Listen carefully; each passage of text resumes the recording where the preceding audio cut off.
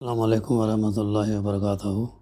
اعوذ باللہ من الشیطان الرجیم، بسم اللہ الرحمن الرحیم۔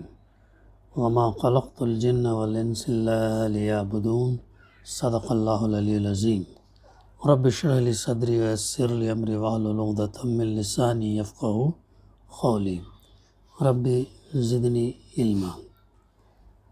اور میں نے جن اور انس کو اس لیے پیدا کیا ہے کہ وہ میری عبادت کریں۔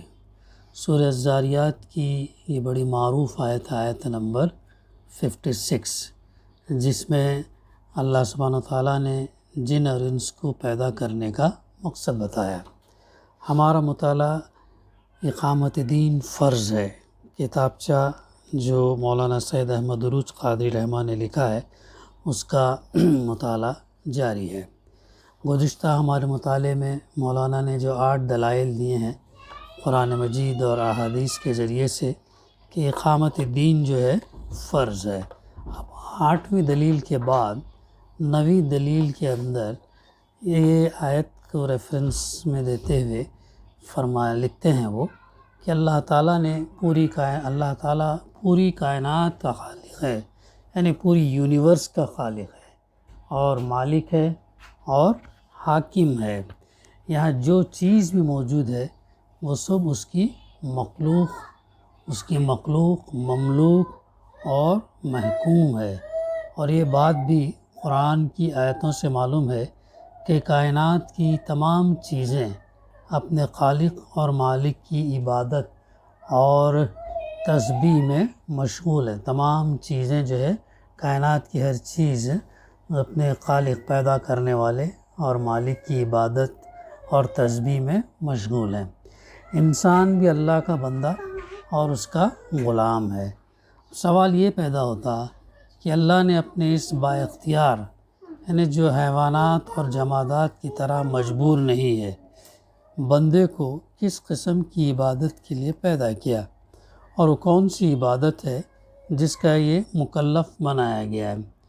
آیا اس عبادت کی معنی یہ ہے کہ انسان اللہ تعالیٰ کی صرف پرستش کے لیے پیدا کیا گیا ہے، یا اس کی معنی یہ ہے کہ زندگی کے ہر معاملے میں اس کی اطاعت بھی اس پر واجب اور لازم ہے؟ عبادت کے علاوہ کیا اس کی اطاعت جو ہے اس پر واجب اور لازم ہے؟ یہ سوال رکھا ہے۔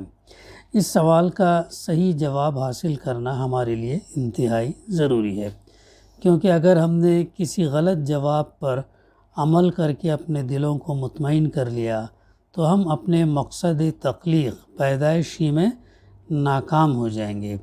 اس کا صحیح جواب ہم اپنی عقل لڑا کر اپنے سوچ سمجھ سے حاصل نہیں کر سکتے، بلکہ اس کا صحیح جواب ہمیں وہ کتاب ہی دے سکتی ہے جس میں وما خلقت الجن والانس الا لیعبدون کی آیت نازل ہوئی ہے۔ قرآن مجید نازل ہی اس لیے ہوا کہ انسان کو بندگی رب کی سیدھی راہ دکھائے اور بتائے کہ وہ عبادت کیا ہے جس کے لیے انسان پیدا کیا گیا ہے۔ وہ ہمیں بتاتا ہے کہ انسانوں سے اللہ کا مطالبہ صرف یہ نہیں ہے کہ اس کی پرستش کریں، بلکہ یہ بھی ہے کہ اپنے زندگی کے ہر معاملے میں اس کی اطاعت کریں، اس کو اوبے کریں۔ وہ شروع ہی میں ہمیں یہ بتا دیتا ہے کہ اللہ نے انسان کو اس دنیا میں اپنا خلیفہ بنا کر بھیجا ہے، اور کار خلافت و نیابت کی انجام دہی اس کی زندگی کا اہم ترین فریضہ ہے۔ وہ ہمیں بتاتا ہے کہ اللہ نے تمہاری پوری زندگی کے لیے ایک دین، یعنی دین اسلام بھیجا ہے، اور اس کی مکمل پیروی کرنا تم پر لازم ہے۔ وہ ہمیں بتاتا ہے کہ 5 وقت کی نمازیں، رمضان کے روزے، مال کی زکوٰۃ اور حج تم پر فرض ہیں۔ وہ ہمیں بتاتا ہے کہ سود حرام اور بیع یعنی ٹریڈ تجارت حلال ہے۔ وہ اللہ ہمیں بتاتا ہے کہ سور یعنی پورک حرام اور بکری، گائے وغیرہ یہ حلال ہے۔ وہ ہمیں بتاتا ہے کہ زنا حرام اور نکاح حلال ہے۔ وہ ہمیں بتاتا ہے کہ ناپ تول ٹھیک رکھو، ان لوگوں کے لیے تباہی ہے جو اپنا حق ناپ کر لیں تو پورا لیں اور دوسروں کا حق ناپ کر دیں تو کم دیں۔ وہ ہمیں حکم دیتا ہے کہ سچی گواہی دو، خواہ اس کی ضد تمہارے قریب ترین رشتہ دار ہی پر کیوں نہ پڑتی ہو۔ وہ ہمیں حکم دیتا ہے کہ تمام معاملات اور مقدمات کا فیصلہ اللہ کے اتارے ہوئے قانون کے مطابق کرو۔ وہ ہمیں بتاتا ہے کہ اللہ کے اتارے ہوئے قانون کے خلاف حکم چلانے اور فیصلہ کرنے والے کافر، ظالم اور فاسق ہیں۔ بڑا اہم نکتہ ہے کہ اللہ کے اتارے ہوئے قانون کے خلاف حکم چلانے اور فیصلہ کرنے والے کافر، ظالم اور فاسق ہیں۔ وہ ہمیں حکم دیتا ہے کہ چوروں کے ہاتھ کاٹ لو اور زانیوں کے پیٹوں پر کوڑے برساؤ۔ وہ ہمیں حکم دیتا ہے کہ اللہ کے دشمنوں سے جہاد کرو، جان سے بھی اور مال سے بھی۔ اس سے جان چرانا اور بخل کرنا منافقوں کا کام ہے۔ پوری تاکید کے ساتھ اس طرح کے 20 احکام قرآن میں موجود ہیں جو ہمیں بتاتے ہیں کہ دین اسلام کی مکمل پیروی ہی وہ عبادت ہے جس کے لیے انسان پیدا کیا گیا ہے۔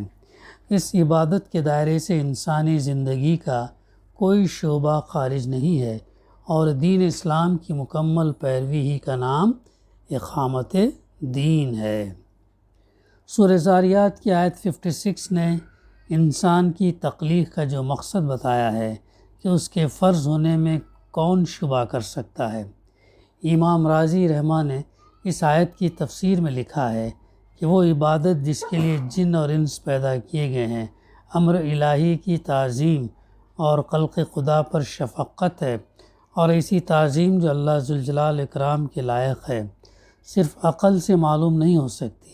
اس لیے اس میں شرعی احکام کی پیروی اور قول رسول کی اتباع ضروری ہے، اور اسی لیے اللہ نے اپنے رسول بھیج کر اور عبادت کی ان دونوں قسموں کے طریقے واضح کر کے اپنے بندوں پر احسان کیا ہے۔ ان کی اس تفسیر سے بھی معلوم ہوا کہ یہاں عبادت صرف پرستش کے معنی میں نہیں، بلکہ اس عبادت کے دائرے میں حقوق اللہ اور حقوق العباد دونوں داخل ہیں۔ حقوق اللہ بھی اور حقوق العباد دونوں داخل ہیں، اور انسان عبادت کی ان دونوں قسموں کا مکلف ہے، اور یہ کہ اللہ تعالیٰ نے اپنے رسول بھیج کر عبادت کی ان دونوں قسموں کے طریقے واضح کر دیے ہیں۔ اس کے معنی بھی یہی ہوئے کہ ہمیں اس عبادت کی تفصیل جاننے کے لیے رسول صلی اللہ علیہ وسلم کی زندگی اور اللہ کی کتاب کو سامنے رکھنا چاہیے۔ تو یہ وہ نکات تھے جو مولانا نے 9ویں دلیل کے اندر جو ہے پیش کیے ہیں۔ 10ویں دلیل، مسلمانوں کو امت وسط اور خیر امت بنانے کی ضرورت اور اس کی غرض و غایت۔ اوپر کی 9 دلیلوں سے یہ بات سامنے آتی ہے کہ دین حق کو باطل ادیان پر غالب اور سربلند کرنا، جس کے لیے قرآن نے ایک جامع اصطلاح اقامت دین استعمال کی ہے، فرض ہے، اور اس کے درجے کا فرض ہے کہ اس راستے کی جدوجہد سے جی چرانا اور اس میں مال خرچ کرنے سے ہاتھ روکنا نفاق کی علامت ہے۔ یہ بات بھی تسلیم شدہ ہے کہ ہر نبی اور رسول کے بعد ان کی امت اس کام میں جس کے لیے وہ مبعوث کیے گئے ہیں ان کی قائم مقام ہوتی ہے۔ اس لیے امت مسلمہ اب قیامت تک اللہ کے آخری نبی اور رسول سیدنا محمد صلی اللہ علیہ وسلم کی اس کام میں جس کے لیے آپ کی بعثت ہوئی تھی ان کی قائم مقام ہے۔ لیکن اب چونکہ نہ کوئی نبی آنے والا ہے اور نہ کوئی کتاب نازل ہونے والی ہے، اس لیے قرآن نے امت مسلمہ کو مخاطب کر کے اس کا منصب بتایا ہے، اور اس کو امت وسط اور خیر امت بنانے کی ضرورت اور غرض و غایت صراحت کے ساتھ بیان کر دی ہے، تاکہ اس بات میں کوئی شبہ باقی نہ رہے کہ اب یہی امت قیامت تک اس کام کی ذمہ دار ہے۔ یہی امت جو ہے قیامت تک اس کام کی ذمہ دار ہے جس کے لیے قرآن مجید نازل کیا گیا ہے، اور جس کا عملی نمونہ سیدنا محمد صلی اللہ علیہ وسلم نے پیش فرما دیا۔ اس طرح قرآن مجید کی یہ صراحت اس بات کی ایک مستقل دلیل بن گئی کہ یہ امت جس کام میں اپنے رسول کی قائم مقام ہے وہ اس پر فرض ہے، اور اگر وہ اسے چھوڑ بیٹھے تو اپنے مقصد وجود ہی میں ناکام ہو جائے گی۔ اتنا اہم نکتہ ہے یہ، اگر اس کو چھوڑ بیٹھے تو پھر اپنے مقصد وجود ہی میں وہ ناکام ہو جائے گی۔ ہم یہاں بہت اختصار کے ساتھ اس سلسلے کی چند آیتیں پیش کریں گے۔ سورہ بقرہ کی آیت نمبر 143 میں فرمایا گیا وَكَذَلِكَ جَعَلْنَاكُمْ أُمَّةً وَسَطًا لِتَكُونُوا شُهَدَاءَ عَلَى النَّاسِ وَيَكُونَ الرَّسُولُ عَلَيْكُمْ شَهِيدًا، اور اسی طرح ہم نے تمہیں ایک بیچ کی امت بنایا تاکہ تم لوگوں پر گواہی دینے والے بنو اور رسول تم پر گواہی دینے والا بنے۔ مولانا امین حسن اصلاحی امت وسط کی تشریح کرتے ہوئے فرماتے ہیں وسط کے معنی ہے وہ شے جو دو طرفوں کے درمیان بالکل وسط میں ہو، سینٹر میں ہو، یہیں سے اس کے اندر بہتر ہونے کا مفہوم پیدا ہو گیا، اس لیے کہ جو شے دو کناروں کے درمیان ہوگی وہ نقطۂ توسط و اعتدال پر ہوگی، اور یہ اس کے بہتر ہونے کی ایک فطری دلیل ہے۔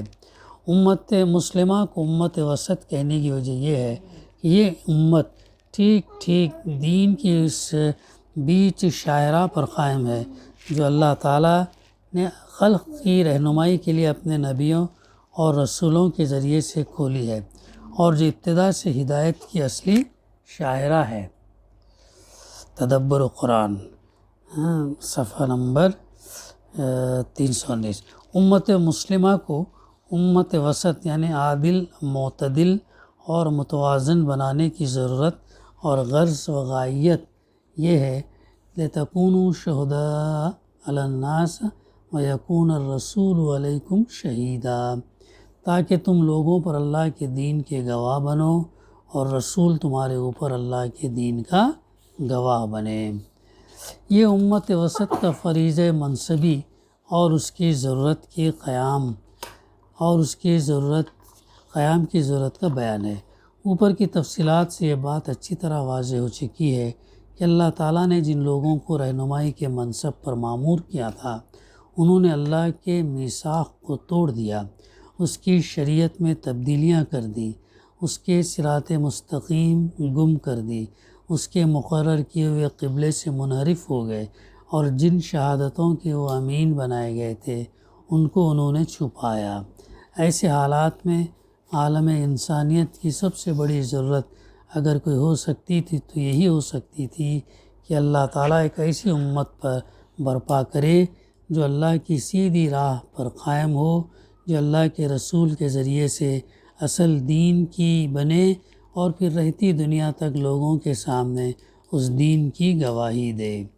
رسول تم پر گواہ ہو اور تم لوگوں پر گواہ ہو سے یہ بات واضح طور پر نکلتی ہے کہ شہادت علی الناس کا جو فرض حضرت صلی اللہ علیہ وسلم پر بحیثیت رسول کے تھا، آپ کے بعد آپ کی امت کی طرف منتقل ہوا، اور اب اس امت کی یہ ذمہ داری ہے کہ وہ ہر دور، ہر ملک اور ہر زبان میں لوگوں پر اللہ کے دین کی گواہی دے۔ اب یہ ہماری امت کی، یہ مسلمانوں کا فریضہ ہے کہ ہم جو ہے اللہ کے دین کی گواہی دے۔ اگر وہ اس فرض میں کوتاہی کرے گی تو اس دنیا کی گمراہیوں کے نتائج بھگتنے میں دوسروں کے ساتھ وہ بھی برابر کے شریک ہوگی۔ حضرت صلی اللہ علیہ وسلم نے لوگوں پر قولاً اور عملاً دین حق کی جو شہادت دی تھی وہ اس کے کسی ایک جز کی نہ تھی بلکہ پورے دین کی تھی۔ پورے دین کی گواہی اللہ کے رسول صلی اللہ علیہ وسلم نے دیا ہے، پورے قرآن مجید کی گواہی دی ہے۔ وہ شہادت آپ نے مکہ اور طائف کی گلیوں، مینا اور عرفات کے میدانوں اور جزیرۃ العرب سے حج کے لیے آئے ہوئے گروہوں اور قبیلوں میں دی تھی، اور پھر مدینہ کی مسجد نبوی، وہاں کے بازاروں اور بدر، احد، خیبر، حنین اور تبوک کے میدانوں میں بھی دی تھی۔ اللہ کے رسول صلی اللہ علیہ وسلم نے وہ شہادت زندگی کے کسی ایک شعبے میں نہیں بلکہ اس کے تمام شعبوں میں دی تھی، اس لیے آپ کی امت پر اسی وسعت اور جامعیت کے ساتھ دین حق کی شہادت فرض ہے۔ شہادت حق کے جس عظیم منصب پر امت مسلمہ سرفراز کی گئی، اس کے مفہوم کو سورہ حج کے آخر کی دو آیتوں نے پوری طرح متعین کر دیا ہے۔ یا ایھا الذین آمنوا ارکعوا واسجدوا واعبدوا ربکم وافعلوا الخیر لعلکم تفلحون وجاہدوا فی اللہ حق جہادہ هو اجتباکم وما جعل علیکم فی الدین من حرج ملۃ ابیکم ابراہیم هو سماکم المسلمین من قبل وفی ھذا لیکون الرسول شہیدا علیکم وتکونوا شہداء علی الناس فاقیموا الصلاۃ وآتوا الزکاۃ واعتصموا باللہ هو مولاکم فنعم المولا ونعم النصیر۔ اے لوگو جو ایمان لائے ہو، رکوع اور سجدے کرو اور اپنے رب کی بندگی کرو اور نیکی کرو تاکہ تم فلاح پاؤ، اور اللہ کی راہ میں جہاد کرو جیسا کہ جہاد کرنے کا حق ہے۔ اس نے تمہیں اپنے کام کے لیے چن لیا ہے، اور دین میں اس نے تم پر کوئی سخت مشکل نہیں ڈالی۔ دین تمہارے باپ ابراہیم کا، اس نے تمہارا نام مسلم رکھا پہلے بھی اور اس قرآن میں بھی، تاکہ رسول تم پر گواہ ہو اور تم لوگوں پر گواہ ہو۔ پس نماز قائم کرو، زکوٰۃ دو، اللہ سے وابستہ ہو جاؤ، وہ تمہارا آقا ہے، بہترین آقا اور بہترین مددگار۔ سورہ حج آیت نمبر 77 اور 78۔ تاکہ رسول تم پر گواہ ہو اور تم لوگوں پر گواہوں سے پہلے جو کچھ کہا گیا، اس کے بعد جو کچھ ارشاد ہوا، اس کے درمیان یہ ٹکڑا اس طرح آیا ہے کہ خود پکار کر کہہ رہا ہے کہ امت مسلمہ کو شہادت حق کا جو منصب سپرد کر کیا گیا، اور اللہ نے جس کام کے لیے اس امت کو منتخب کیا، وہ پورے دین کی اقامت کا فریضہ ہے۔ پورے دین کے، جزوی یا کوئی شعبے کا نہیں، پورے دین کی اقامت قائم کرنے کا فریضہ ہے۔ رائے خدا میں جہاد کا فریضہ ہے، ایسا جہاد جس کا حق ادا کرایا گیا ہو۔ مسلم کا لقب اس کو اس لیے عطا کیا گیا کہ وہ لوگوں کے سامنے حق کی شہادت پیش کرے۔ پہلی آیت میں رکوع و سجود، بندگی رب اور عمل خیر کا حکم دیا گیا، اور خاص سے عام کی طرف کلام کو اس طرح ترقی دی گئی کہ پورا دین اس کے دائرے میں آ گیا، اور پورے دین پر اس وقت تک عمل ممکن نہیں جب تک دین باطل کا زور نہ توڑ دیا جائے۔ اس لیے دوسری آیت کی ابتدا ہی میں جہاد کا حکم دیا گیا۔ ہمہ جہتی جہاد بہرحال ایک کٹھن چیز ہے، اس لیے چند باتیں ایسے فرمائی گئیں جو بندہ مومن کے لیے اس کڑوی چیز کو شیرین اور لذیذ بنا دیتی ہے۔ پہلی بات هو اجتباکم کے ٹکڑے میں کہی گئی ہے، یعنی کسی اور نے نہیں بلکہ خود تمہارے آقائے ولی نعمت نے تمام نوع انسانی میں سے تم لوگوں کو اس خدمت کے لیے منتخب فرمایا ہے۔ یہ سنتے ہی اطاعت گزار اور آقا سے محبت کرنے والا غلام مسرت و انبساط کے کیف سے جھوم اٹھتا، اور کوئی مشکل سے مشکل نظر نہیں آتی، لیکن مہربان آقا کی طرف سے شفقت سے بھری ہوئی آواز آتی ہے، وما جعل علیکم فی الدین من حرج، دین میں اس نے تم پر ایسی مشکل نہیں ڈالی جو حرج کی حد تک ہو۔ یہ دوسری بات ہے جس نے رائے خدا میں جہاد اور فرائض کی تعمیل کو آسان بنایا ہے۔ تیسری بات یہ کہی گئی کہ یہ تمہارے باپ ابراہیم علیہ السلام کا کیش و مذہب اور دین و آئین ہے، کانسٹیٹیوشن ہے۔ ذرا دیکھو تو کہ تمہارے باپ ابراہیم علیہ السلام اللہ کے راستے میں جہاد کے کس درجے پر پہنچے، اور حق کے لیے کون سی قربانی ہے جو انہوں نے نہیں دی۔ جب حقیقت یہ ہے تو پھر سعادت مند بیٹوں پر باپ کی وراثت اور ان کی روش کیوں گراں گزرے؟ کچھ مزید تاکید کے لیے فرمایا کہ وہ اللہ ہی ہے جس نے تمہیں مسلم کا معزز لقب سے نوازا ہے، تاکہ رسول تم پر گواہ ہو اور تم لوگوں پر گواہ ہو۔ گویا اس امت کا نام مسلم رکھنے کی غرض ہی شہادت علی الناس ہے، اور اس کے بعد فرمایا کہ نماز قائم کرو، زکوٰۃ دو اور اللہ پر بھروسہ کرو، اس سے وابستہ ہو جاؤ۔ اقامت الصلاۃ اور ایتاء زکوٰۃ پورے دین کا عنوان بھی ہے، تزکیہ نفس کی بہترین تدبیر بھی ہے، اور رائے حق کے مشکلات میں قوت کا خزانہ بھی ہے۔ یہی وجہ ہے کہ نماز اور زکوٰۃ کے بعد اعتصام باللہ کا حکم دیا گیا، اور بات اس پر ختم کی گئی کہ اللہ ہی تمہارا آقا اور مولا ہے۔ یعنی جب تک تمہارا تعلق اللہ سے قوی نہ ہو تم اس پر بھروسہ نہ کرو، اس سے مدد طلب نہ کرو، اور وہ جب تک تمہاری مدد نہ کرے تم شہادت حق اور اقامت دین کا فریضہ انجام نہیں دے سکتے۔ یہ جو کچھ عرض کیا گیا مفسرین اکرام کی تفسیریں اسی کی طرف رہنمائی کرتی ہیں، لیکن طوالت کے خوف سے ہم ان کی عبارتیں یہاں نقل نہیں کر رہے ہیں۔ سورہ بقرہ اور سورہ حج کے ہم معنی 2 آیتیں سورہ آل عمران میں ہیں۔ وَلْتَكُن مِّنكُمْ أُمَّةٌ يَدْعُونَ إِلَى الْخَيْرِ وَيَأْمُرُونَ بِالْمَعْرُوفِ وَيَنْهَوْنَ عَنِ الْمُنكَرِ وَأُولَٰئِكَ هُمُ الْمُفْلِحُونَ۔ اور تم میں ایک جماعت ایسی ہونا ضروری ہے کہ دوسروں کو بھی خیر کی طرف بلایا کریں اور نیک کام کرنے کو کہا کریں اور برے کاموں سے روکا کریں، اور ایسے لوگ یعنی آخرت میں پورے کامیاب ہوں گے۔ کیا کنڈیشن لگایا دیکھ سکتے ہم۔ پھر اسی طریقے سے آیت نمبر 110 میں گزشتہ آیت نمبر 104 آل عمران، کنتم خیر امۃ اخرجت للناس تأمرون بالمعروف وتنہون عن المنکر وتؤمنون باللہ۔ اے امت محمدیہ، تم لوگ اچھی جماعت ہو کہ وہ جماعت عام لوگوں کے لیے ظاہر کی گئی ہے۔ تم لوگ نیک کام کو بتلاتے ہو اور بری باتوں سے روکتے ہو، اور خود بھی اللہ پر ایمان لاتے ہو۔ یہ دونوں آیتیں مل کر ایک دوسرے کی توضیح اور تکمیل کرتی ہیں اور اعلان کرتی ہیں کہ اب دنیا کی امامت امت مسلمہ کے سپرد کی گئی۔ دنیا کی امامت جو ہے اب کس کے اوپر سپرد کی گئی؟ امت مسلمہ کے سپرد کی گئی۔ امت اسلامیہ آخری دینی پیغام کی حامل ہے، اور یہ پیغام اس کے تمام اعمال اور حرکات و سکنات پر حاوی ہے۔ اس کا منصب قیادت اور رہنمائی اور دنیا کی نگرانی اور احتساب کا منصب ہے۔ قرآن مجید نے بہت قوت اور صراحت کے ساتھ اعلان کیا ہے، کنتم خیر امہ، اے پیروان دعوت ایمان، تم تمام امتوں میں بہتر امت ہو جو لوگوں کی یعنی ارشاد اور اصلاح کے لیے ظہور میں آئی ہو۔ تم نیکی کا حکم دینے والے، برائی سے روکنے والے اور اللہ پر سچا ایمان رکھنے والے ہو۔